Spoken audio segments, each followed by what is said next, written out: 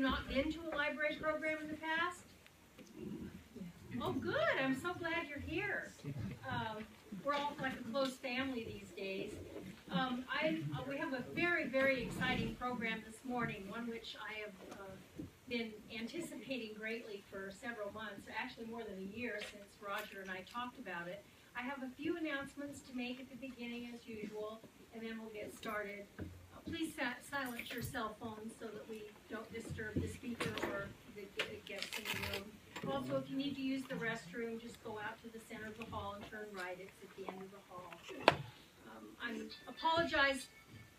I apologize for the air in here. Our thermostat isn't working at the moment, so we're going to try to keep it comfortable. If you get too cold or too hot, just let one of us know. Also, we've got some really exciting news today. For the first time, we're live streaming on the Chiefland Citizen YouTube Ustream channel. Wow, great. Wow. This morning's program has been in the works for more than a year. Roger Nogaki talked to me at that time and said that he was putting together a program about his life and his experiences. And I thought it was very timely, and also I had a kind of a personal connection to it. I grew up in Hood River, Oregon, and during World War II, or actually around the turn of the century, many Japanese families moved to that valley and became very successful fruit ranchers.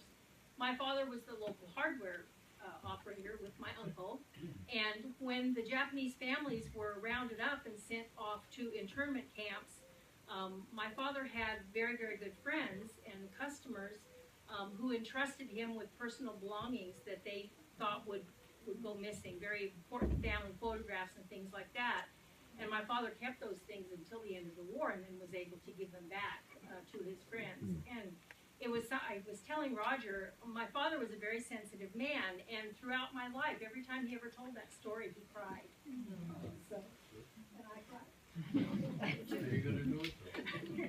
So anyway, without further ado, I'm going to let Roger tell you a little bit about his background, but I'm going to introduce Roger Nogaki.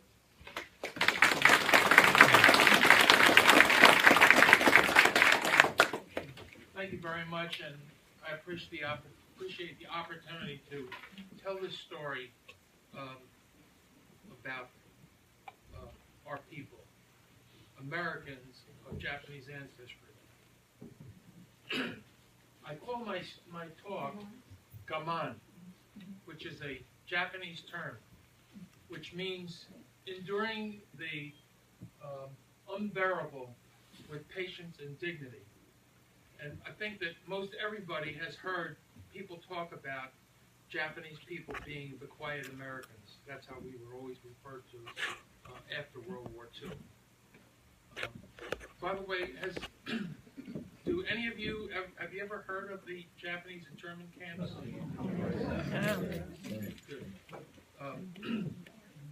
This is my story of the internment camp and what it has done to our people, those of us who are Japanese ancestry. We are Americans, just like everybody else, but we were treated much differently than everybody else. And I think it's a good story because you don't ever hear of the Japanese American community, being overly verbal about things and rioting in the streets and hollering and screaming. That's not the way we were raised. And I can only tell you about my story. There's about 300,000 people, approximately, of Japanese ancestry at the beginning of World War II. That was December 7th, 1941. Of all of the people in the United States, I think was around 140 million, 150 million people. There was only about 300,000 of us of Japanese ancestry. And about half of them lived in Hawaii. And the other half lived in the United States, primarily the lower 48. There was a few in Alaska, but primarily in the lower 48 and mostly on the west coast. We lived all along California, Oregon, Washington, primarily. There were a few others scattered throughout the states, but primarily we lived in those areas. And of that group, there was not quite 120,000 of us that were actually incarcerated during that period of time. So this is my story about Gaman. And my name is Roger Nogaki. My name is Roger Nogaki. I was born January 3rd, 1940. And my mother and father, Takio and Florence Nogaki, they met in 1938 at a convention called the National Convention for the Japanese American Citizens League, which met in California. My father was from Seattle. My mother was from California. She was born and raised in Los Angeles. My father was born and raised in Seattle, Washington.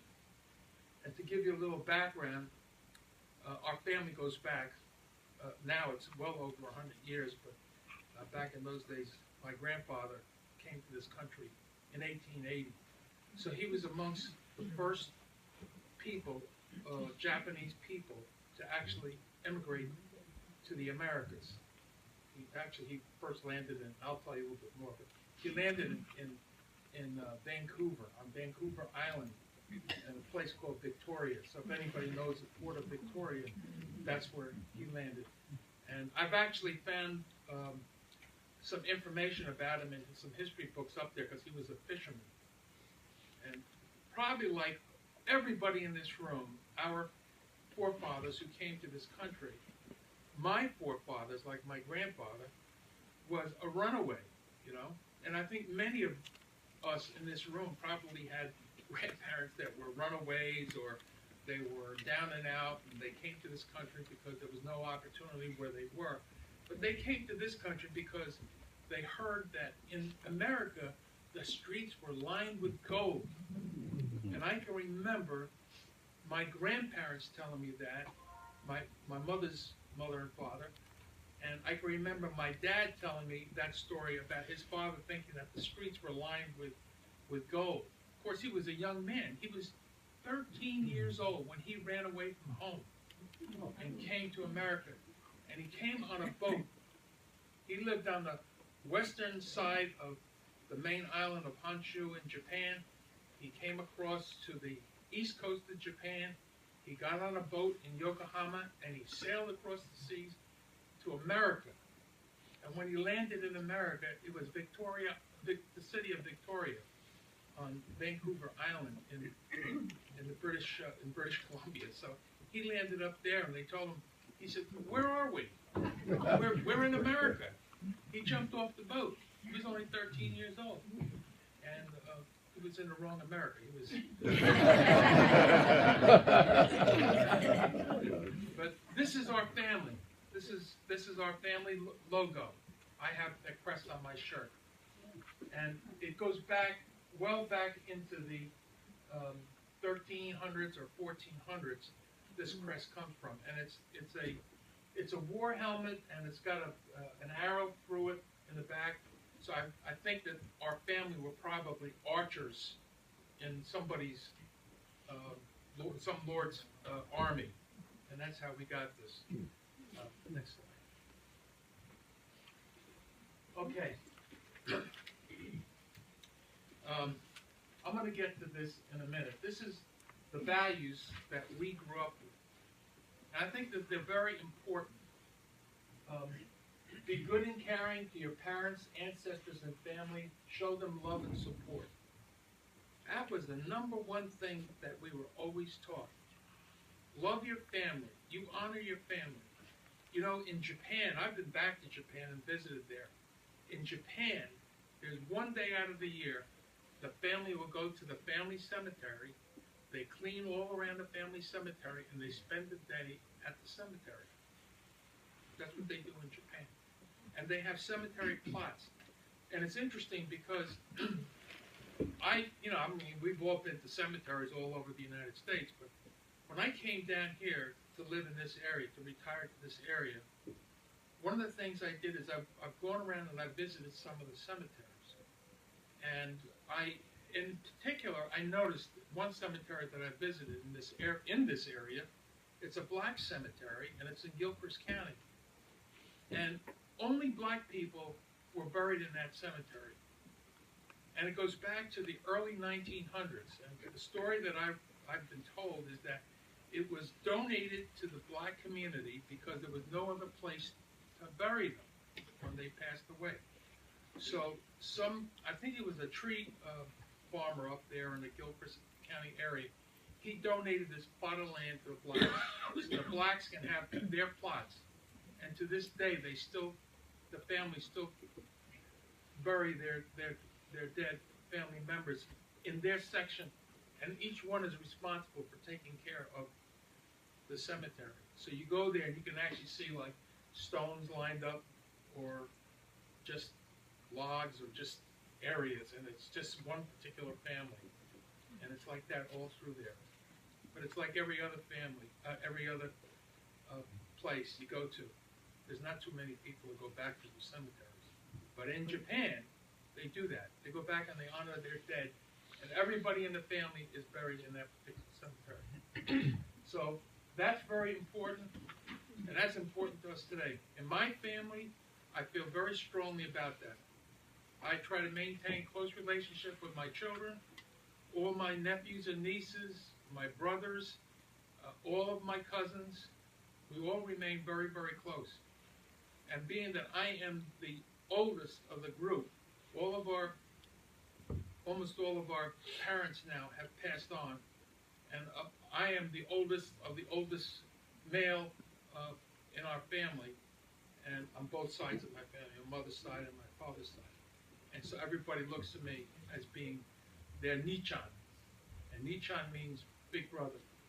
So that's very important. Number 2 is be respectful of religious belief, yours and others. And it's valuable to belong to a local community church. Well, I don't belong to a local community church, but I am involved in all kinds of community functions to try to help others. And this is something my father always believed in. We were born Buddhists. I was born a Buddhist because my father was a Buddhist. My mother was born a Christian. And we did, because where we lived, where we grew up, there were no Buddhist temples. So we went to a Christian church. And so we grew up in the Christian church. But this is a very, very important thing. And one of the things that we don't do in the world today is we don't really honor people's religions the way we should. You know, my religion is better than your religion. You know, because you don't believe the way I do, I'm superior to you. But we don't believe that. In my family, we never preached that. We always preached, my parents always preached to us that it was very, very important that every one of us, and I'm talking about my family when I say every one of us, every one of my family honors someone else's religion. You don't have to believe in it. You honor it. You respect it. And that's one of the things that we learn. Number 3, you have the ability to confront fear, pain, danger, uncertainty, and intimidation. Well, growing up as a child, I faced all of these problems. I was little. Well, I'm still little. You know, in school, you line up at the gym class, and you start at one end, the shortest guy, and you go up to the biggest. I was like number 1 or number 2, all through school, growing up, right into high school. I was like the little guy. I played football. I was a starter. I started offensively and defensively in my junior and senior years in high school. I was the smallest guy on the team. But I played on the line. I played guard and tackle. You know? And when we played a team where there was a really big guy out there, my coach put me in front of him, you know. So I don't know what he was doing to me, trying to get me crushed or what. So, you know, I grew up, and since I was a little boy, and I was the oldest son, my father told me, he says, your job is to look after your brothers. Don't let anybody pick on them. If they do something wrong, it's your fault. You make good for it. And I'm going to hold you to it. And that's what they did. I can remember once my younger brother, one of my younger brothers, I have 4 brothers. They were all bigger than me, and they still are bigger than me. But one of my younger brothers was in a candy store, and like all little kids, he sees all the candy there laid out. Well, he was hungry, so he started eating the candy. So he's eating the candy, ripping the wrappers open and eating it. And the guy in the candy store is picking up all the wrappers and such. And later on, he calls my house and says, "Raj, your brother was in here. He was eating candy. I know he was hungry, but, you know, he ate a lot of candy. I had to go down there and pay for it and apologize." That's the kind of things that happen. I had another brother went to a movie theater, and at the time, you know, he was profited by a young teenager, and of course, water pistols were a lot of fun. So he goes to the theater, and he has a book, and he carved out the book and put his water pistol in it. Don't go to a movie theater with a book. My brother did. Of course, he was in this with a water pistol. And he got thrown out, and my father found out about it, and I caught hell for it, and I had to go back, apologize to the theater manager, and, you know, and accept all the grief and such for embarrassment I had to face it. So that was very important in our family. And nobody ever picked on my brother. None of my brothers. If they picked on my brothers, I don't care how big they were, I was right there. And my friends all respected me for that too. I was a little guy, and they used to call me the Rock. So if they got into a brouhaha with somebody, who do they call? They call me. And these guys I always had the face, were all much bigger and older than me. And so a lot of times when I get called out to help somebody, I get whooped and they will be standing on the side. And my brothers included. They stand on the side too, and they'd be crying, and I'd be getting beaten up. But, you know, as I got older, what happened was people wouldn't pick on other people that were around me. They knew that they were my friend. They wouldn't pick on them. Because they knew that even if they could beat me up, they're still going to be in a cat fight. So that was one of the things that I was responsible for. 4, you must have courage to act properly in the face of popular opposition, shame, scandal, or discouragement, and pass this attribute on to your siblings, family, and friends. Well, I've tried to do this all my life, and it's a really hard thing to do. It's hard to be you know, subject to of all kinds of discrimination and racial prejudice and hatred and such, and still be able to come out and smile and say to somebody, "I'm not going to do the same thing to you that you just did to me." And you have to let people know about these things, and that's what I'm trying to do. This is one of the ways that I'm trying to accomplish this, is to let people know that no matter how much you get beaten down, if you keep your mind straight and you do the right things, you'll overcome it. And I've actually gone to some of the prisons here in Florida to pass this message on to prisoners. I don't know if I get through to many of them, but if I get through to one of them, I think that I've more than spent my time well doing it. So that's what I try to do. Number 5, voluntarily give help to others both in your family, community, and country. Be respectful of others by giving positive feelings of esteem or deference through demonstrated specific actions and personal conduct. And that's another thing that I think is important. You know, when I was growing up, everybody was subject to the draft. All males, 18 years of age and older, all you guys in here, you all know this, we were all subject to the draft. Unless you had somebody in politics that could keep you out of there, some other problem, physical problem, or other problem that could keep you out of the draft.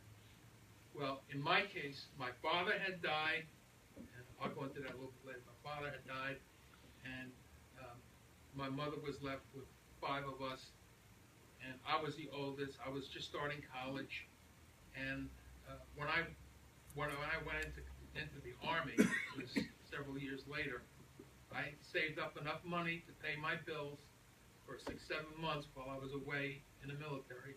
And I went in for 6 months. I went into the Army Reserves.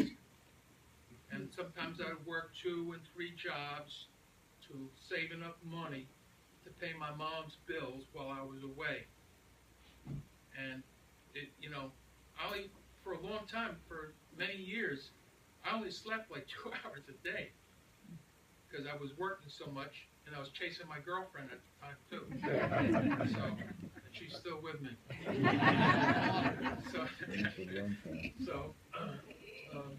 I did serve in the military. I think it was an honorable thing to do, and I'm glad that I did it. I did not go in for 2 years or 3 years, but I did spend 6 years in the reserves, 6 of which was on active duty. So I think I paid my share of responsibility in that particular area. As far as the community is concerned, I'm involved in all kinds of activities in the community, in every community I've lived in. I've always belonged to some organization or organizations to try to help others. And I've always done that. My wife does that.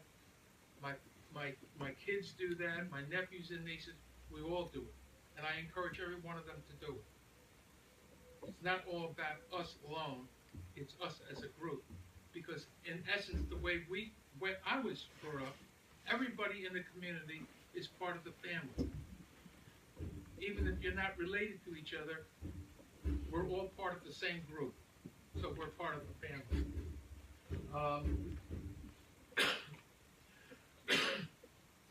Honesty is one of the most important virtues of life. One must demonstrate integrity, truthfulness, fairness, and sincerity. And this is very important. You know, you can't be saying one thing and then going out and doing something else. And, you know, we all are subject to this. None of us, you know, are free from, you know, saying one thing and then doing something else. Well, you have to catch yourself and get back to the straight and narrow. And that's what we try to do. That's what my parents tried to teach us. Because, you know, I spent over 2 years in a prison, in a concentration camp in this country. This is my country. I spent in a concentration camp for 2 years. Okay? I don't hold a grudge, and you'll never find any of my family members holding a grudge against the government for doing what they did to us.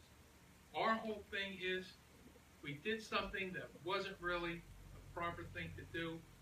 We should never let it happen again. We should make sure that people know how our lives were influenced and how it affected us. We shouldn't do it to anybody else. If it does come up someplace, we should stand up and try to address it and correct it. Okay? With dignity and patience. Okay. Your faithfulness, devotion to others, family, group, country, or cause will be a test of your character. And so I stand before you here today, and I hope, you know, we as a group all learn something from what I tell you and what questions you may ask of me. And the last thing, of course, is gaman, which is enduring the seemingly unbearable with dignity and patience. What happened before the war, before we were incarcerated, all kinds of things started coming out in the papers and on radio and just word of mouth and such. And this is just an example of it. You know, out there of all Japs in California near. All Japs. We're Americans.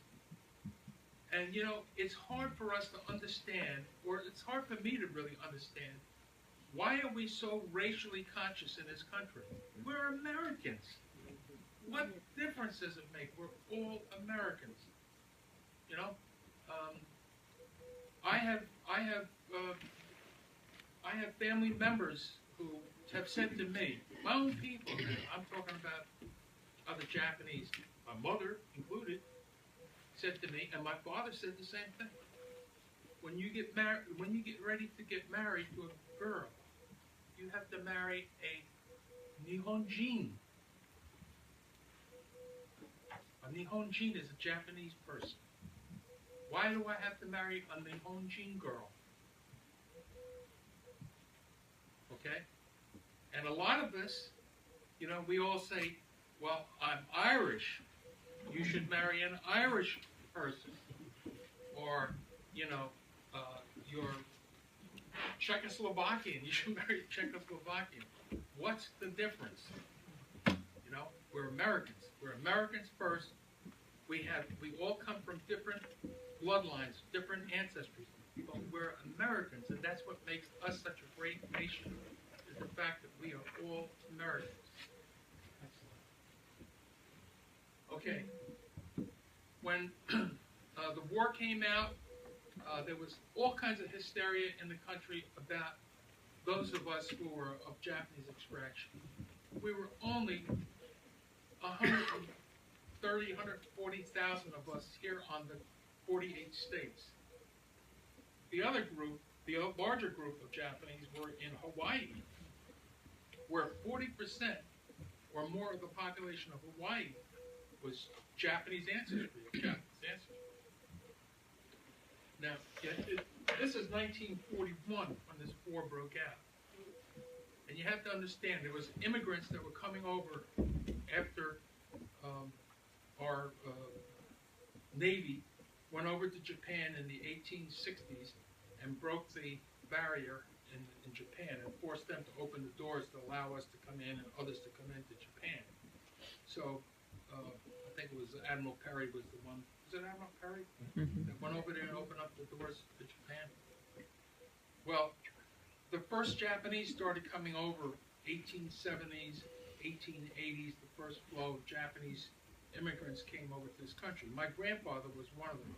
In the Northwest, he's registered, I think, as being the second permanent Japanese alien to register as a resident in that area. A lot of them went up to Alaska. A lot of Japanese went to Hawaii. Most of them were like fishermen or farmers in Hawaii. And in the Northwest, they were fishermen and they were loggers, and they worked in those kind of industries. My family was one of them that did that, my grandfather.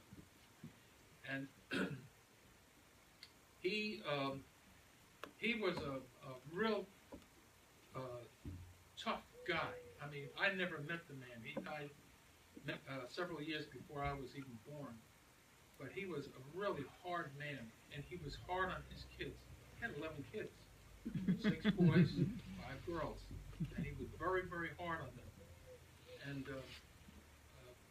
he and all of the other Japanese, you know, they all thought of being together, you know, staying together. And in the beginning, like the Chinese, you'll see Chinese have Chinatowns. Well, the Japanese, when they first came to this country, they had J-towns, Japanese towns. And they thought that, you know, it was important to keep the race pure. My grandfather, when his first daughter was born, had his wife, who was pregnant, go back to Japan, have the baby in Japan, and then bring them back to this country. And he did that back and forth routine. And it's because he did not want his children to grow up to be Americans. He wanted them to be Japanese. And his thing was he was going to make a lot of money, go back to Japan and be, you know, I guess the emperor or something. And it didn't work out that way, but, you know, he did have a big family, but they were really tight about keeping the race pure. And so probably all of you folks in here, you probably have heard your families talk about the same thing, you know. This whole thing about racial mixing was not very acceptable up until recently. And even today, it's not that acceptable. But it does happen. But this order came out, Executive Order 9066. This is the order. This was an executive order written out by the President of the United States to incarcerate all people of Japanese ancestry. We were to be treated as an enemy alien, even if we were born in this country. And I was like the third generation of Japanese people here, actually the second American-born generation, and I was included in that. Okay? Next one. And what happened was, when the president decided, and he was advised by many people, except for a few notable people, like his wife, Eleanor Roosevelt. She was very much opposed to this. Herbert Hoover was against it, and the Attorney General of the United States at that time was against our incarceration. But people like Earl Warren, who became Supreme Court Justice, all of these folks, military people, they all thought that we should be interred because we were enemy aliens. We looked just like those Japs over there that bombed Pearl Harbor. Well, of course, a large part of the National Guard in Hawaii was made up of Japanese, right?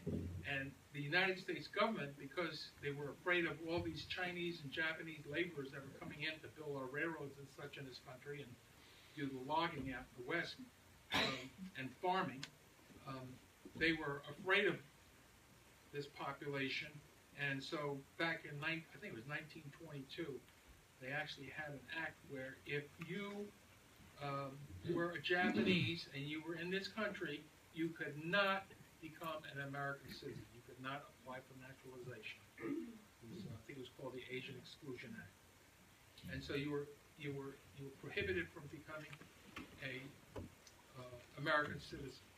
So all these people that were over here now and raising kids, they didn't have an opportunity to become an American citizen. And if you were a Japanese man and you married a Japanese person that was American born, that person lost her citizenship. Okay? And that's something that most people don't know, but that's a fact. One of my aunts I know was that way. Her husband was a Japanese immigrant, and my aunt was born in this country, and she lost her citizenship. So she became a Japanese citizen, even though she had never been to Japan for that purpose. Okay, this thing was given out, and it was posted in different areas on the West Coast, and it would instruct people of Japanese ancestry where they were going to be incarcerated and where they would have to go to a camp. They would go first to an assembly center, and they were only given like 3, 4, 5 days to pack everything up and be ready at the curbside when the army would come, like this picture shows in Bainbridge. And this is from the National Archives, by the way. This couple being escorted out to the army trucks, and you notice the guys with a rifle with a bayonet on it, and these two old people. I don't think they look like anybody who caused any harm with anybody, but they were only allowed to take 2 suitcases a person. Whatever you could carry. If you couldn't carry, you couldn't take it. So they have like a few days to get rid of all their household belongings, all of their cars, icebox, anything of value they have to put into storage. And a lot of these people just lost everything. They abandoned it because there was no place to put it, and they couldn't take it with them, so they had to abandon it in place. And there were places where you could store it, but there was no guarantee that it's going to be there when you got out of camp, because you didn't know when you were going to get out. It would be after the war was over. This is a photo of people lined up, being escorted and taken into buses and trains, the train station, and they're being moved off the assembly center. I wanted to add this because people don't understand. You know, everybody used to call it, and they have been calling it, an internment camp, but I think it was a wrong definition. The The definition of an internment camp is confinement or impounding of enemy aliens in time of war. I'm not an enemy alien. The concentration camp is a facility where persons, POWs, political prisoners, or refugees are detained or confined. We were political prisoners. That's what we were, political prisoners. Okay. I went to a camp, my family was interned in a camp called Minidoka. And this is, I just put this in here so you get an idea. We went to Hunt, Idaho, which is 25 miles west of Eden in Jerome County, Idaho. It's in a very southern part of Idaho along the Snake River, and it's a desert. It's called a high desert. And it was in operation from August 10th, 1942 to August 28th, 1945. The number of detainees was about 10,000 people. A little bit more total because people were moved in and then moved out because some of them were segregated from our camp to other camps because they were considered troublemakers. You know, some of the younger people said, you know, I'm an American, there's no charges against me, I have had no hearing in court, I've lost my habeas corpus, I can't vote, I can't do anything. I'm forced out of my home, and I'm being placed in a prison without ever being charged. So some of them were moved out. And the origin of people in our camp, Minidoka, was Seattle, Pierce County, Washington, Portland, and northwestern Oregon. All right, this will give you a little bit of an idea of what the quarters look like. The bottom picture is a picture of people getting into a train which would take them to camp, and this other one is a picture on the top of an assembly center. Now, there were many assembly centers around the areas where we lived, and they were primarily like racetracks or fairgrounds. And our family, as an example, went to a place called Puyallup, Washington. It was a fairground and a racetrack. And so what they had there was horse stalls. And that's where they put us, in horse stalls. Okay, next.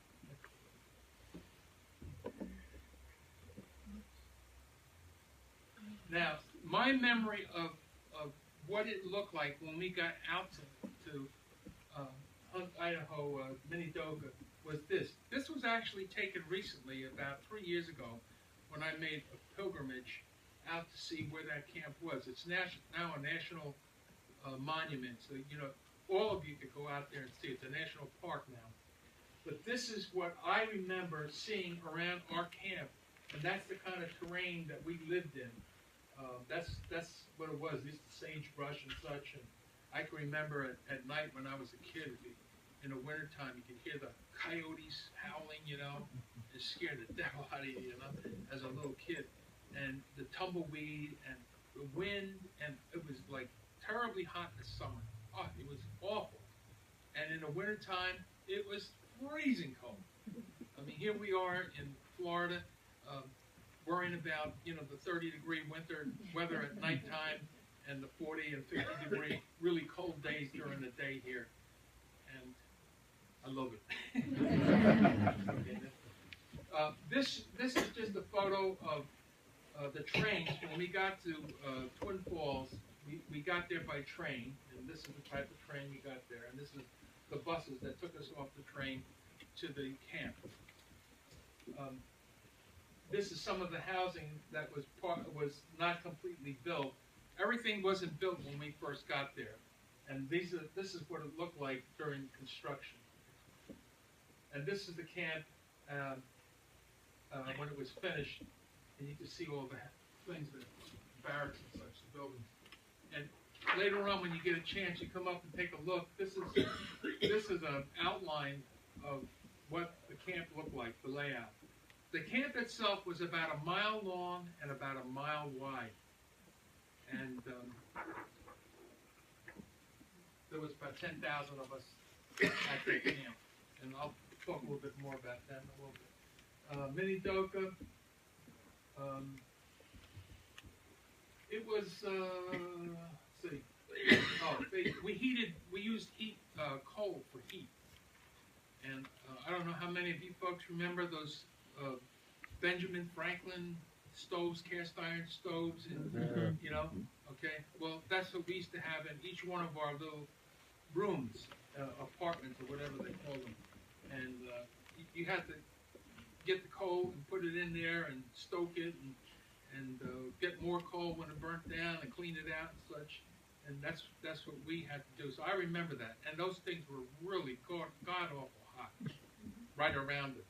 But the rooms, and I'll show you some pictures of the rooms. So that's this is the barracks that I lived in, Barrack 17 or Block 17, and that's what the buildings look like. And those are the people that were in that particular building. A lot of them were my relatives in there. I tried to find a picture of myself and my brother and my mother. I think my mother's over in the part over here, and my brother and I are down in the bottom here. I can't really tell from looking at the definition isn't good enough. We had beds like this in the rooms, and these barracks, they had no insulation. They were just wood, and on the outside they had this black tar paper covering on the walls, and the floors were just single boards. And when it got windy, the wind would blow and actually blow sand up through the cracks in the floor and through the wall. So all the time in the wintertime, it was freezing cold in there because you could feel the wind blowing through. Okay, here's just a little layout of what the rooms look like, and the stove in there, and it's just one single room, and everything was in there, except for bathrooms. All the bathrooms for each block, like each one of these things here, there would be like 2 bathrooms. There was a latrine, men's latrine and a women's latrine.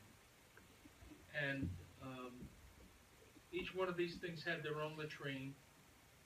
And they had a camp hospital that was here. My barracks was up here, 17. And so we had camp hospital, we had a place where we went to eat, and we had the bathrooms. Oh, I got to tell you about the bathrooms. You know, I was just a little kid, 2, 3 years old, 4 years old, running around in there, and I was really like, what do you call it, a terror in the camp. And the women had their bathroom and the men had their bathroom. So you go in the bathroom. I used to go in there with my mother. She used to take us in with her, and there was like these wooden doors. So women would go in the bathroom, and you know, I'm in there, I'm pulling the doors open, slamming, open the shut, women be screaming at me, and you know, well, I was a bad boy. But this is our room. These are our type of rooms. It wasn't our room in particular, but our rooms like this. This is the government has put these pictures out. It's a government photo. We were not allowed in the camps, of course. We were not allowed to have any guns or knives or cameras. None of that was permitted. Okay. This is just to give you an idea of the school itself that we had. We had education. So this was a elementary school class. My cousin was in this particular class, and they had like yearbooks. And let's see. I don't have one out here. Oh, I got to dig it out. I have some yearbooks of the schools. If you get a chance, come up and look at these things up here. But the yearbook looks like a regular yearbook, except all the faces are like this. Okay? Except for the teachers and administrators. In our particular camp, by the way, in our particular camp, most of the educators, the teachers and such, were Quakers. When we went to the camp, nobody came to the camp with us except for the Quakers. Excuse me. That was the only religious group. After about a year, the Maryknoll priests came to our camp. We had one priest, Father Tibisar. Excuse me. In the camp, we grew most of our own food. And this was a root cellar that they had there. And this is the root cellar today. It's still there. And when you go there, you can actually see down into this opening, this root cellar. And they were all the food that they grow, potatoes and carrots and all kinds of root vegetables. They would store in this thing. And that's what we ate. That's the food that we ate. Next picture.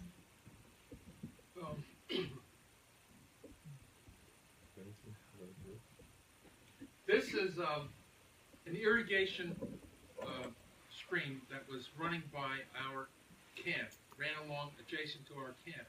And the reason for it was they were trying to develop the area to be a farming area.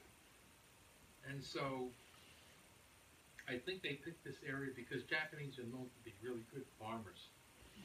And so they put this irrigation thing in, and the water from this irrigation field was used to provide the water to the fields that the Japanese that were in our camp built and raised food on. And we grew our own food. If you go out there today, you'll see all kinds of farms out there, sheep farms. This is what it looks like today. And this was actually built on the grounds where our camp was.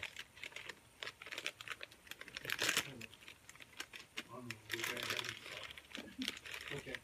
This was this honor roll photo. It's of all of the Japanese American volunteers from our camp that fought in World War II.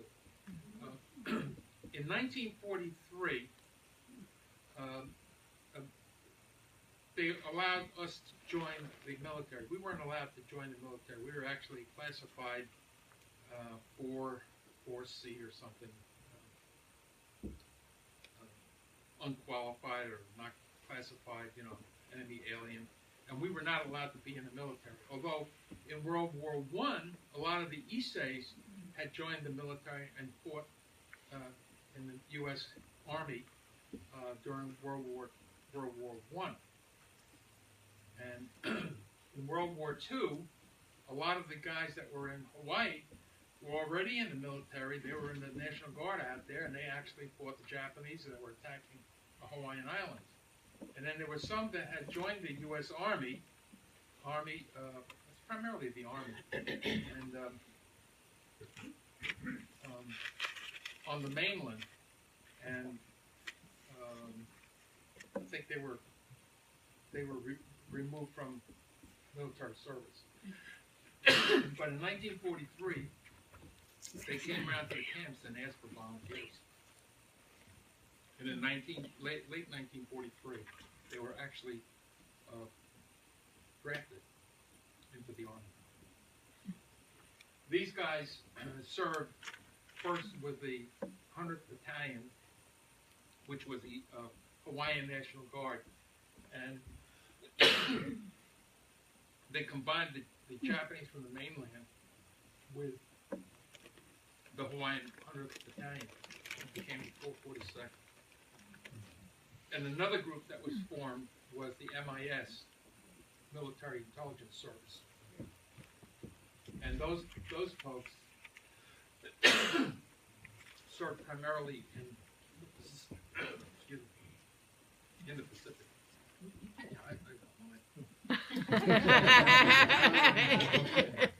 I don't know if it's hay fever or what. Thank you. I'm out for a Ricola. So these, in 1943, they came around to the camps and they were asking for volunteers. Now, I actually have a little pamphlet up here, which I photocopied, which was of a talk given by a colonel, Kai Rasmussen. Came around to the camps asking for volunteers, and he actually cited the reasons why we should join the military. And it caused a big stir amongst the Japanese Americans, because some of them said, if you're going to put me in the army, what about my family? They're left in a concentration camp. Okay? But they signed up anyway because they wanted to prove to the American public, the rest of America, that we were truly Americans. We believed in this country. This is our country. So they joined. The other guys who wouldn't join, they wouldn't join because they wouldn't sign a contract called a loyalty oath, where they would have to answer 27 questions about their loyalty to the United States. And there were 2 questions in particular that they were asked to sign. Would they forego all foreign nations and powers, and in particular the Emperor of Japan? And if they didn't sign that thing and say yes, they were rejected, automatically rejected. And I forgot what the other one was, but there was two questions. They were both like this. I was looking through my father's papers, and lo and behold, I found that one of the things that he had to do in order to vote when he became 21 years of age was to sign the same loyalty oath to sign up, be eligible to vote. Now, have any of the rest of us had to do that? I don't think anybody's ever been requested to do that. And you don't certainly not requested to do that now. He was. And then he had to sign it again because my father actually left the camp. They started letting us out of the camp at the end of 1943. And my father came east to New York City to looking for employment, because they were starting to let us out of the camps in 1943. So we were in there for 1 year, and they were already starting to let us out. And my father left the camp in November of 1943. He got a permit to leave, and when he left, he was given this little pamphlet here. I still have it. It says, when you leave the relocation center, it tells you all the rules and things that you should do when you leave. Everybody got this when they left. Believe it or not, my father got to New York City. He was given a train ticket by Father Tibisar in Hunt, Idaho. Father Tibisar took him to the train station, put him on the train station, gave him a letter of introduction to another Maryknoll priest in New York City. He said, go see this father and he'll help you. Well, my father wasn't Catholic. He was Buddhist. And he didn't really know anything about the Catholic Church. But he did know about the Quakers. And the Quakers had hospitals in New York City. So my father went to the Quakers and they helped him out. My father, it took him many tries to find a job, because that was 1943, 1944, and guess what? We were in a brutal war with Japan, Germany, and Italy.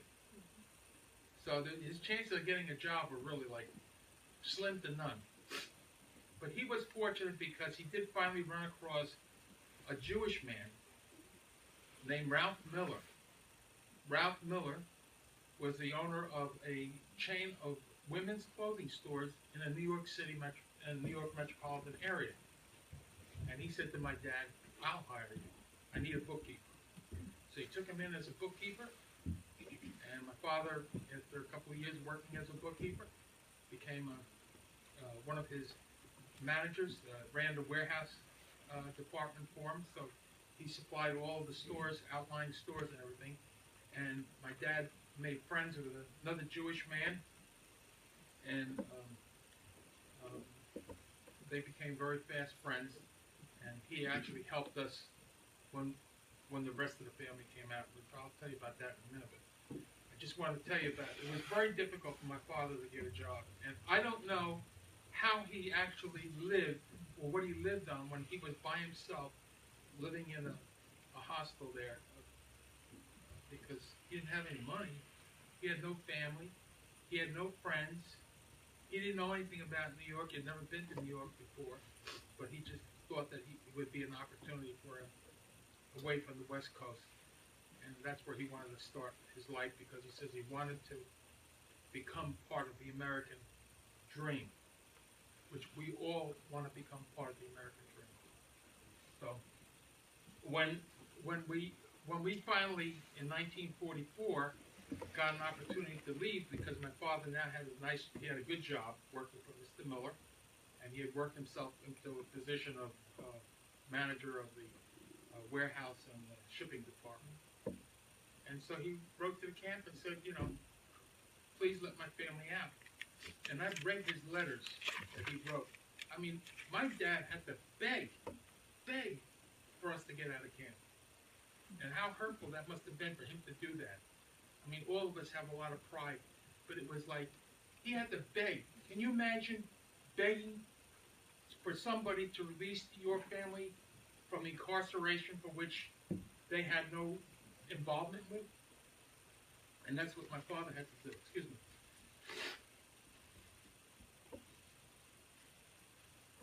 But I do have to say that it was thanks to people like Father Tibisar, who was probably the prime mover in our camp to get as many of the internees there out of the camp.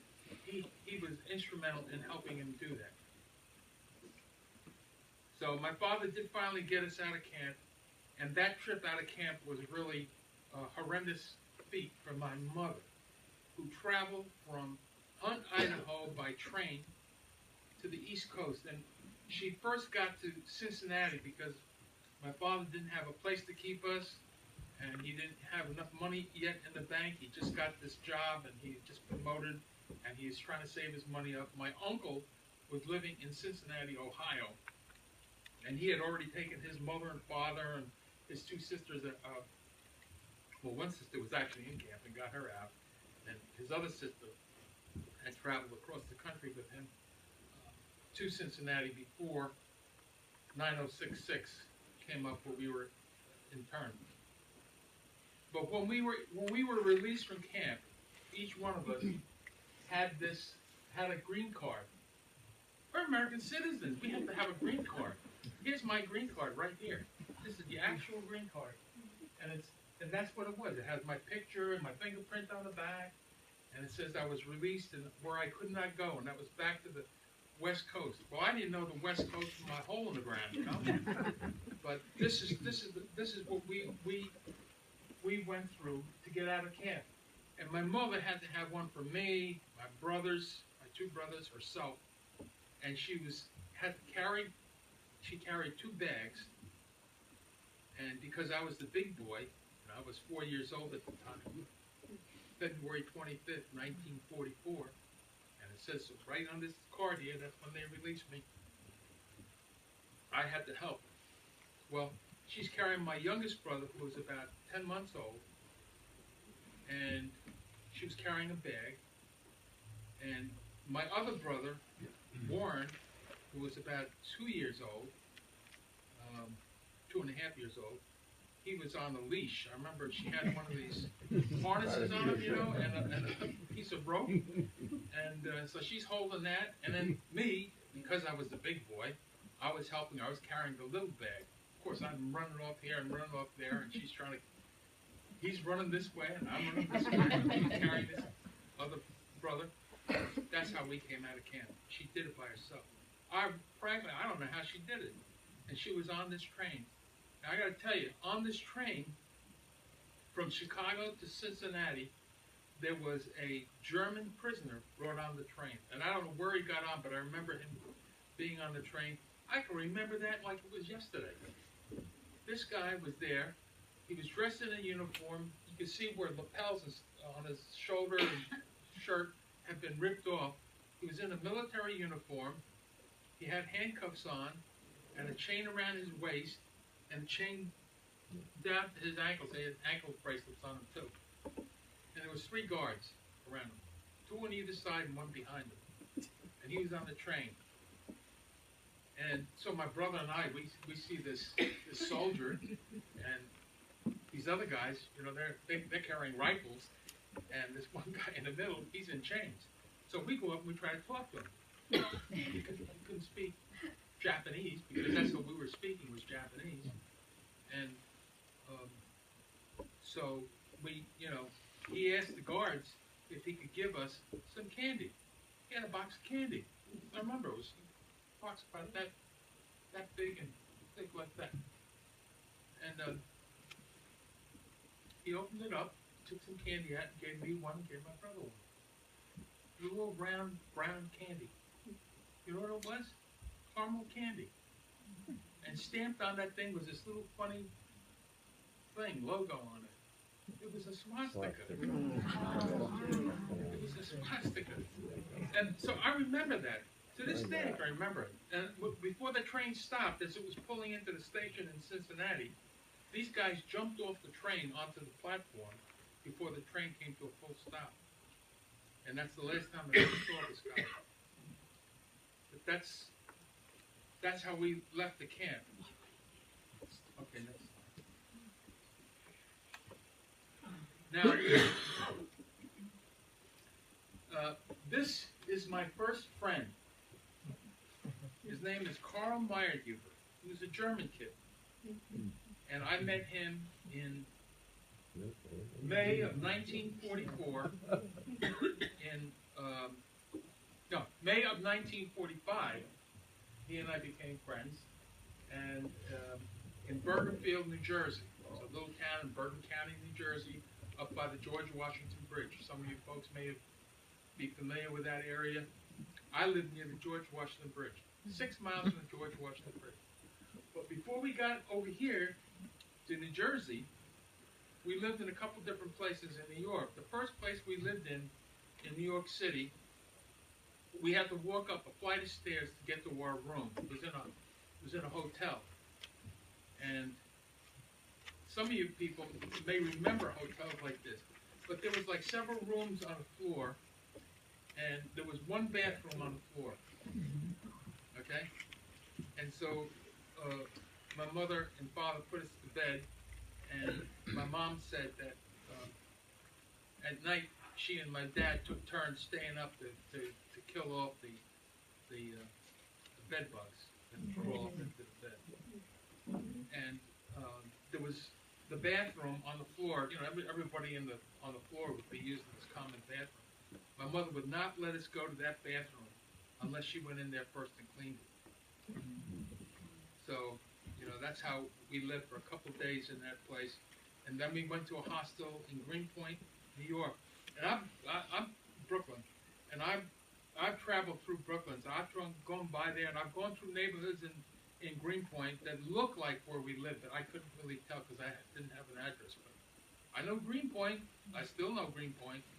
And I went there trying to find that place that we lived at, because I can remember it was a big white house, long house, and there were several other Japanese families that were living there. And again, it was run by Quakers. And we stayed there for a while, and then from there we moved over to West 113th Street on the west side, right by Riverside Park.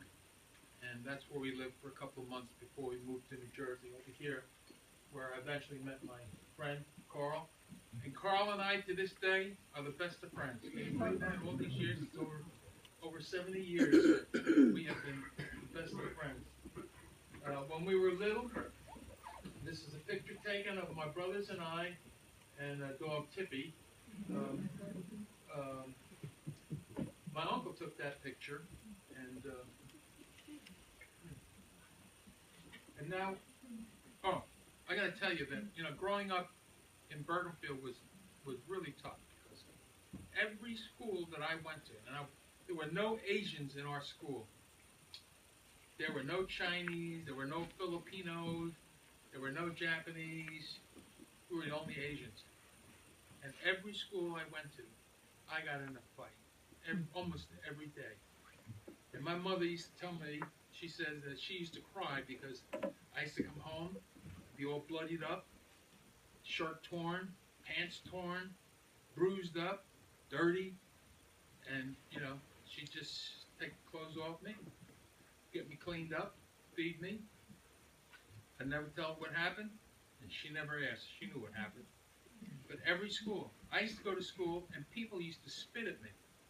Grown-ups used to come out of their house and say, go walk on the other side of the street. You effing Jack. That's what they used to say, okay? I went through this on a very regular basis. Only thing is now, I didn't take that too kindly. I didn't know how else to react. People would spit at me, I spit back at them. You know, they yell at me, I yell at them. They say bad things to me, I throw them the bird. Okay? Then they used to call the principal.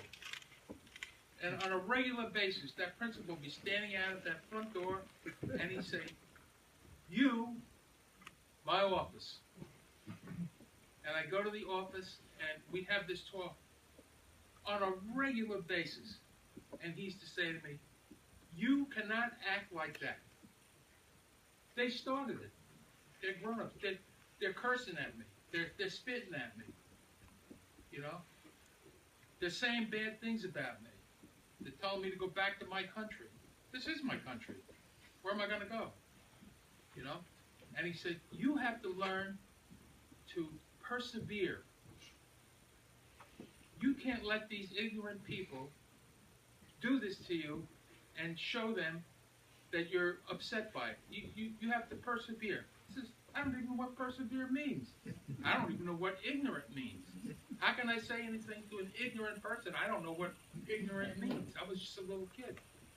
And that was from the time I was 5 years old up until the time I was about 10. First few years of going to school, that's what I went through. I go to junior high school, and I got the same routine in that junior high school. Kids that didn't know me, they used to do all kinds of nasty things. I just a little, and I was little, because I was the smallest one in the class just about. Maybe there was one other kid smaller than me, but I was right at the end of the line, because one or two, I was one of the first ones in the line. If he was sick, I was number one. So, I used to get in fights. The first day I was in school, a bunch of kids came and they fought me. They hit me from behind. You know, I was carrying my books and such. They knocked my books out from underneath my arm. My books went flying, and I was in the Donnybrook because I mean there was about 5 or 6 of these kids, and I got a hold of one of them, and there was an open locker, and we used to have full lockers, and I shoved them in that locker and I closed the door. And those lockers are small. I crammed them in there. And after that, I never had any more problems. I never had any problems. Of course, I was doing things that I wasn't supposed to do. I wasn't supposed to fight like that. But what can you do? You have to protect yourself, and that's how I did it. But it came to the point where I became the protector for everybody else, too, that was pushed around like that in school. So other kids would always look to me to be their protector as well as protecting myself. And this went on right up until I got into high school. And I can remember my first day out trying out for the football team. I was the first Asian kid in the county to try out for football. And these kids were all big kids. I mean, you know, I played high school football, and we had guys that were 240 pounds, 260 pounds, over 300 pounds. And so I had to deal with that. When I got in there, I got along great because I could handle any one of those guys. And so I got accepted with my football team. My mother said to me, oh, you got ahead of me, but my mother said to me when I was a kid, you know, you're getting into years when you're going to become interested in girls. So, you know, you should always go out with a Hakujin girl. I mean a Nihonjin girl, not a Hakujin girl. Hakujin is white, Nihonjin is Japanese. I said, well, there's no Japanese kids in the school. We're it, me and my brothers, and a younger cousin, girl cousin. We're the only ones. Well, you should go out with a Nihonjin girl. And the people in the church said that, right? They made a big thing. They told my mother, said, well, who is Roger going to date? There are no Japanese girls in the school for him to date. Okay, that's what I was given, and I said to my mother, what's the difference? A pretty girl is a pretty girl. This is my pretty girl. Okay? And I didn't meet her until a year after I had graduated high school. My dad died, and I was working in the chemical plant, and it was the 4th of July, and so I was out with my friends in the evening, and we went to a pizza parlor to have a pizza, and voila, there she was eating a pizza, and that's how it started. So, okay, next picture. I wanted to show you this picture because I'm kind of like getting down towards the end of my presentation. This is a picture of my uncle, Mac. He was the only one in my father's family that served in the U.S. military in World War II. My father had 5 brothers. One had died. One had tuberculosis. My father was the oldest, and he had like 3 kids, so he was exempt. My Uncle Todd had a bad heart, and he couldn't be taken in. My other uncle, Ken, was a no-no boy. He refused to sign that contract, you know, the 27 things that would allow you to serve in the military. And he was the only one that passed, and he was the smallest one of the group. Uncle Matt. He was a corporal in the 442nd. He served from the very first group of JAs that went over and fought in Europe. He was with that group. He fought through Anzio all the way up through Italy, France. He was one of the 900 members of the 442nd Regimental Combat Team that was left to fight in France because their forces had been so depleted by casualties.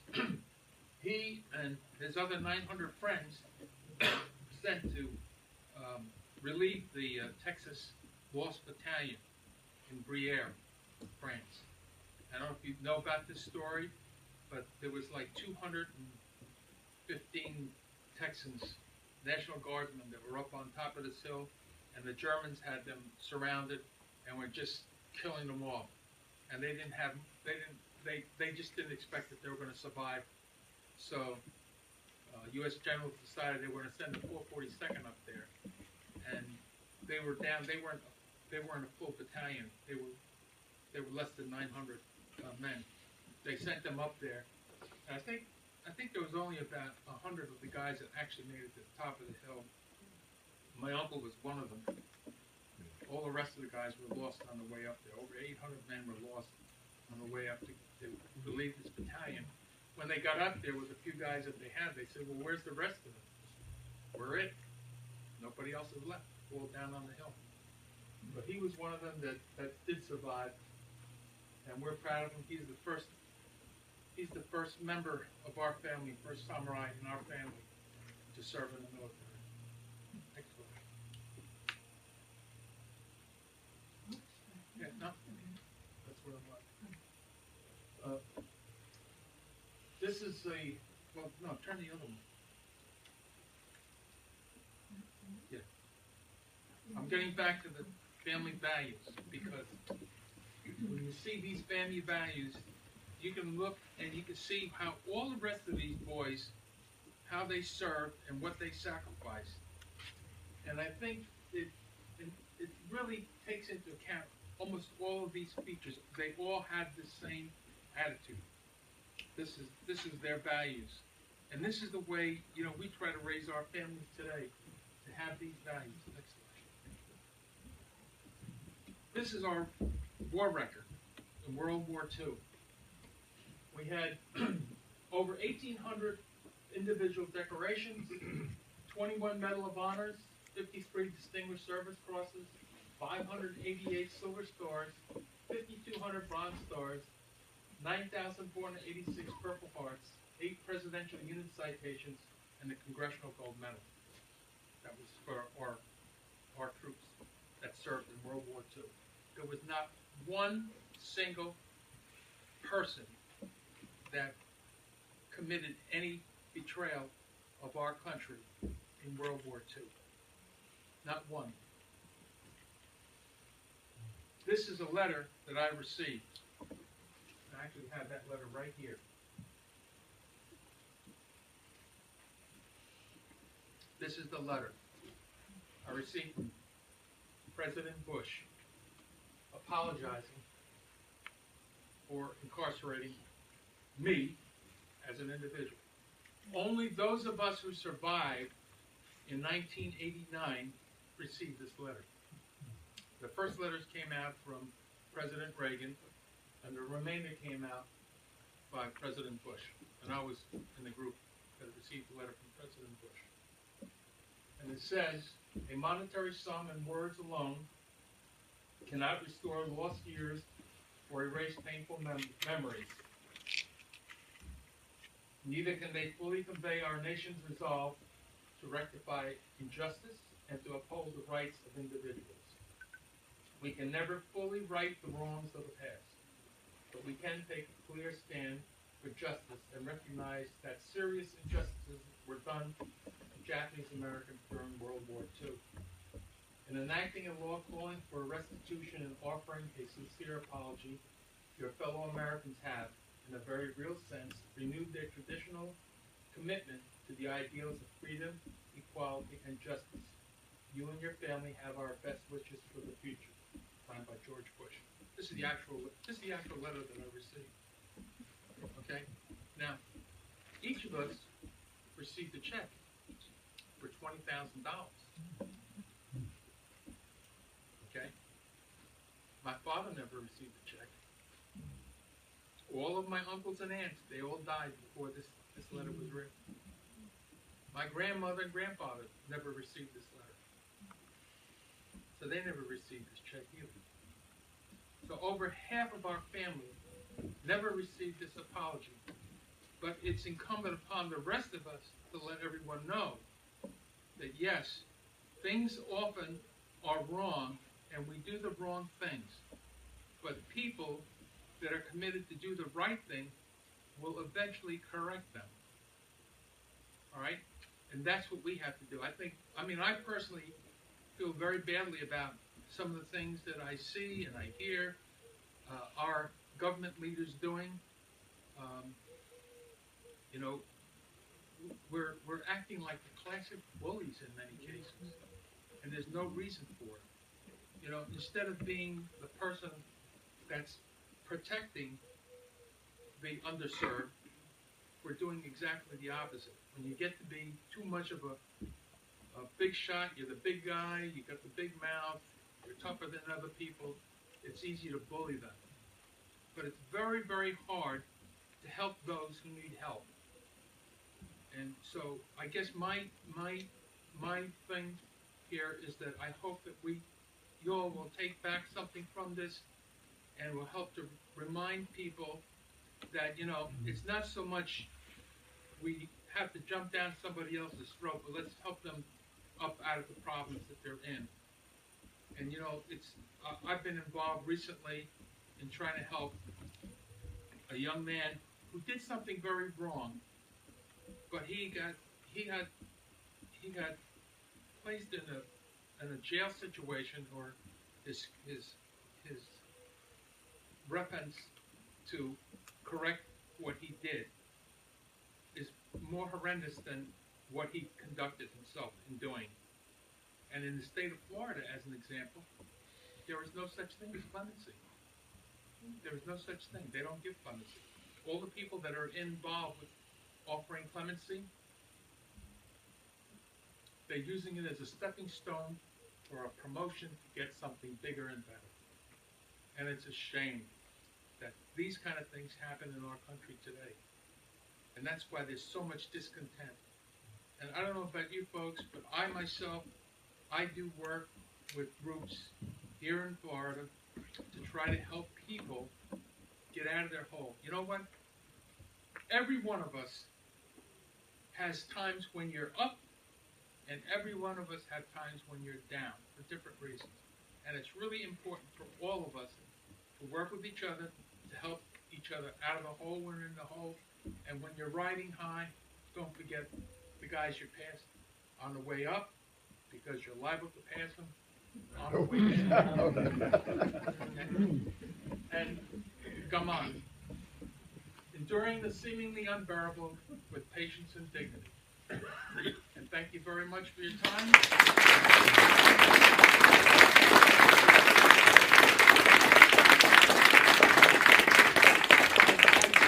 I do have some things up here, articles that you can look at. And you're welcome to take one of these, which is the talk that I just gave you today. So if you want it as a memory piece or whatever, you're welcome to it. It's right up here on the table. And I'll stand by here and answer any of your questions you may have. Molly? Stop myself with my